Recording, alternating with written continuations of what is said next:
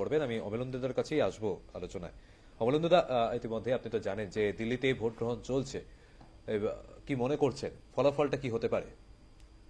গত দুটো ইলেকশনে দিল্লিতে আম আদমি পার্টি বাদ দিলে যারা বিধানসভায় প্রতিনিধিত্ব করেছেন সেই পার্টি হচ্ছে বিজেপি পার্টি।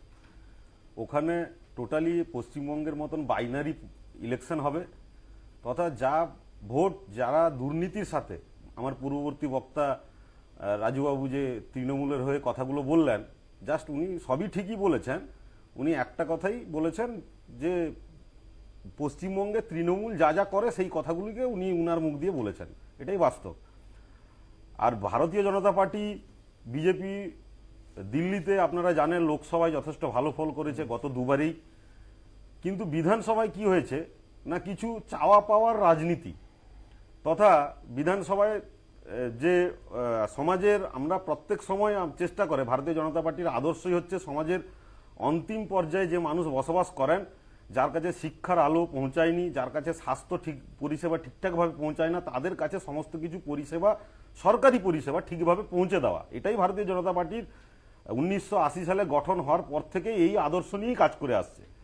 এবং দিল্লিতে আপনারা জানেন কোনো একটা ভুল ভ্রান্তি বা ভুল প্রচার, যে আমরা এই যে আম আদমি পার্টি বলে একটা পার্টি ভারতীয় রাজনীতিতে হঠাৎ করে গজিয়ে উঠেছিল মানুষকে বিভ্রান্ত করার জন্য, যে তারাই একমাত্র স্বচ্ছতা নিয়ে চলে আসবে রাজনীতিতে।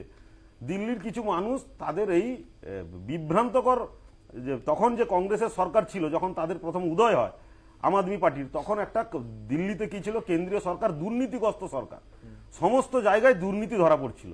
তো সেই দুর্নীতির বিরুদ্ধে মাঠে ময়দানে নেমে প্রচারটাকে করতে গিয়ে আম আদমি পার্টির উদয় হয়। এবং আপনারা প্রত্যেকেই জানেন আম আদমি পার্টি একটা ছলনা করে পার্টিটা তৈরি করেছে।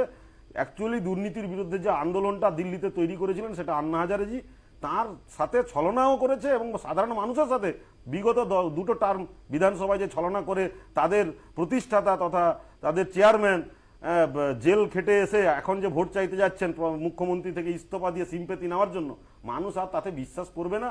মানুষ সত্যিকারের যারা প্রান্তিক মানুষ, তাদের জন্য যোজনা যে বিজেপি এবারে ম্যানিফেস্টোতে প্রকাশ করেছে, মহিলা সমৃদ্ধি যোজনা, মাতৃ সুরক্ষা যোজনা, প্রত্যেক মহিলাকে মান্থলি 2500 টাকা করে তাদের অ্যাকাউন্টে ডাইরেক্ট ডিবিটি তথা ডাইরেক্ট বেনিফিট ট্রান্সফার করা হবে। এবং মাতৃ সুরক্ষা যোজনা তথা 21,000 টাকা একজন প্রেগনেন্ট মাকে 21,000 টাকা অ্যাট এ টাইম দেওয়া হবে।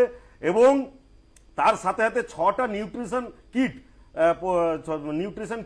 6টা তাকে দেওয়া হবে 6 মাস তার প্রেগনেন্সি টাইমে। এই যে সব বিভিন্নভাবে প্রান্তিক মানুষের কাছে ডাইরেক্ট বেনিফিট ট্রান্সফারটা বিগত সরকারের সময় ঠিকভাবে হচ্ছিল না, এবং বর্তমান কেন্দ্রীয় সরকার যে ডাইরেক্ট বেনিফিট ট্রান্সফার বিভিন্ন ক্ষেত্রে সমগ্র ভারতবর্ষ জুড়ে করছেন, সেখানেও দিল্লির যে রাজধানীর যে প্রান্তিক মানুষরাও এবারে, যেটা বিগত দুটো টার্মে কোনো কারণে হয়তো আম আদমি পার্টিকে, যেটা ধরুন প্রান্তিক মানুষ বলতে যারা অটো ড্রাইভারি করে সংসার চালান, যারা অন্যান্য ছোটখাটো ঠেলা দোকান দিয়ে সংসার চালান, এই যে প্রান্তিক মানুষরা, তাদের কাছে বিজেপি পৌঁছে গেছে অলরেডি। এবং বিজেপির ম্যানিফেস্টোতে তাদের জন্য অনেক কিছু যোজনা প্রস্তাব করা হয়েছে। তারা এবারে সেই ভারতীয় জনতা পার্টির ফেভারে ভোট দেবেন এবং দিচ্ছেনও। তার জন্য এবারে বিপুল সংখ্যায়, বিগত দুটো টার্মে বিজেপি যেমন উপস্থিত ছিল বিধানসভায়, এবারে উপস্থিত নয়, এবারে একক সংখ্যাগরিষ্ঠতায় ভারতীয় জনতা পার্টির সরকার কেন্দ্রীয় সরকারের সাথে সাথে দিল্লিতেও হবে, এটা নিশ্চিত আমরা, এবং সেইভাবেই ভোটিং হচ্ছে সকাল থেকে। উৎসবদা, একদম। উনি প্রথমে বললেন যে চাওয়া পাওয়ার